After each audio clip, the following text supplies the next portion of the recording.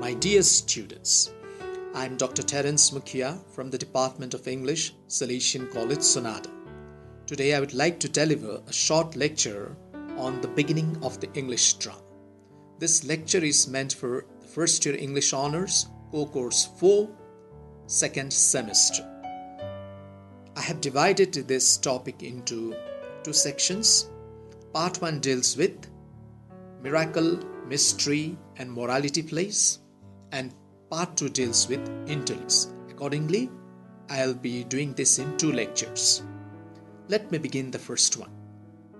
The Holy Church was the norm or criterion during the medieval period.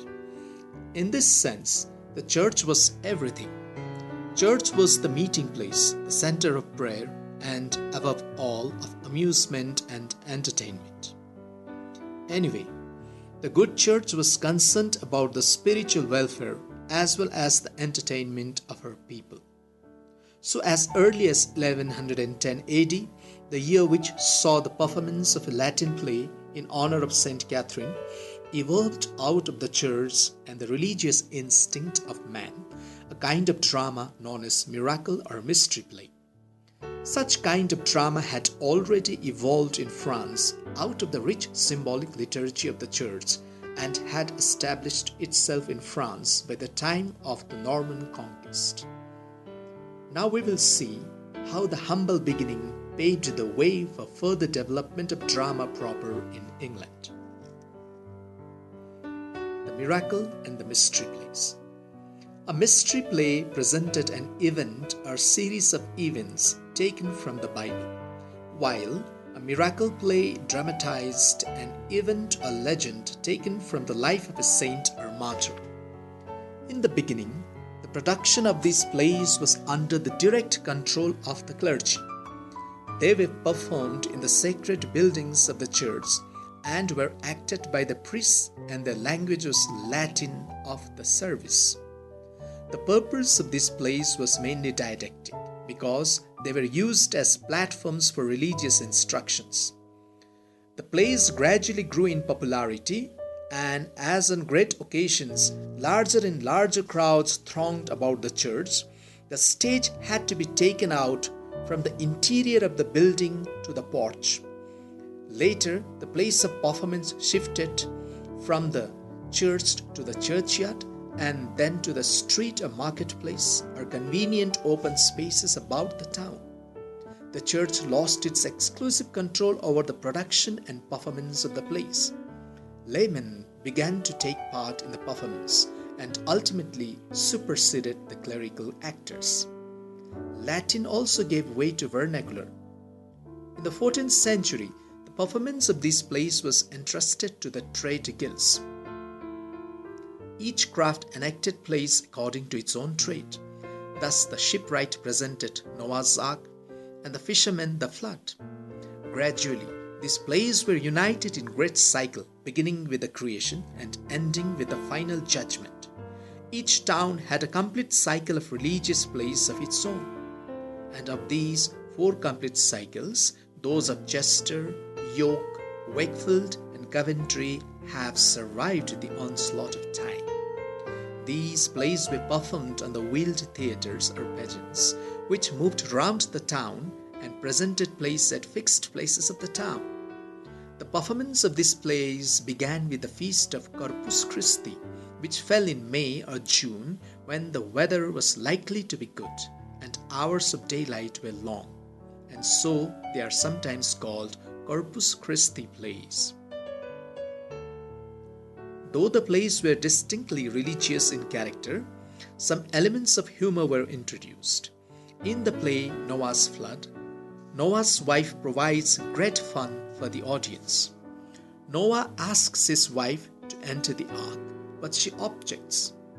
His remonstrance proving fruitless, he resorts to the argument of blows and drives the scolding better half into the ark, to the great amusement of the audience. In the crucifixion play, Herod is a prankish kind of tyrant who leaves the stage to rant among the audience. In all the plays, the devil is a favorite character and the butt of every joke. He sometimes leaves the stage to play pranks or frighten the wandering children. There are also domestic scenes of peace and kindness, representing the life of the English fields and homes. The historical importance of these plays lies in the fact that these religious performances lasted well on into the 16th century, and there is a good reason to believe that Shakespeare saw these in boyhood. Hamlet's advice to the players not to out-Herod Herod recalls the ranting braggart Herod of the old miracle plays. In these plays lie the germs of regular comedy. Moody and Lovett remarked, quote, "Such humorous scenes as the quarrel of Noah and his wife constitute in reality crude little comedies out of which regular comedy could really grow." Unquote. The moralities. A morality is an allegory cast in the form of a play, and as such may be rightly regarded as the dramatic counterpart of the popular allegorical poetry exemplified by the Romance of the Rose. It originated in the desire to bring into clear relief the great lesson of life, that is, the struggle between good and evil to which every man is subjected. It is, like the mystery and miracle plays, didactic, but its characters, instead of being taken from the Bible or the legends of saints, are personifications of such abstractions as mankind. Accordingly, we have the personified abstractions of mercy, justice, peace, the seven deadly sins, the good and bad angels, old age and death, every man, free will, etc. In the moralities, as in the miracles, the devil is given to play a prominent role. From the middle of the 15th century, another lively person is called the Vice was introduced. The Vice is the humorous incarnation of evil and is the recognized fun maker of the piece. His business is to torment the virtues by mischievous pranks, and especially to make the devil's life miserable by jumping on his back, sticking thorns into him, beating him with a bladder or a wooden sword at every opportunity, and making him roar in pain.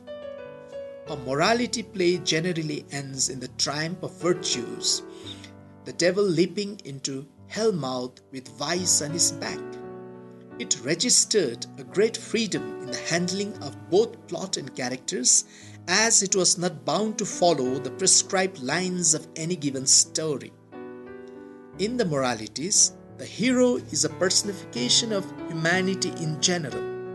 He is called everyman, or humanum genus, or anima, or mankind. And the dramatic action consists in his corruption by the personified vices and in his final salvation by personified virtues. Every Man is the best known morality play. The subject is the summoning of every man by death, and the moral lesson is that nothing but an honest life and the comforts of religion can take away the terror of the inevitable summons of death. Long says, quote, "In its dramatic unity, it suggests the pure Greek drama. There is no change of time or scene, and the stage is never empty from the beginning to end of the performance." The moralities have great possibilities for tragedy. In them we see the beginning of that tragic soul struggle, which later became so marked a characteristic of the Shakespearean tragedy. They evince the sense of construction and unity of form, which set them apart from the chaotic heterogeneity of miracle and mystery plays. While the moralities were yet in the height of their vogue, there emerged another form of drama called interludes. Let me end my part 1 here. I'll continue with this lecture in part 2. Thank you very much. This and other episodes of Radio EduPod's Radio for Learning are available on Listen to My Radio app at 6 p.m. from Monday to Friday and at 6 a.m. from Tuesday to Saturday. All episodes are available on Salesian TV YouTube channel. Share, like and subscribe Salesian TV, the ultimate learning resource channel.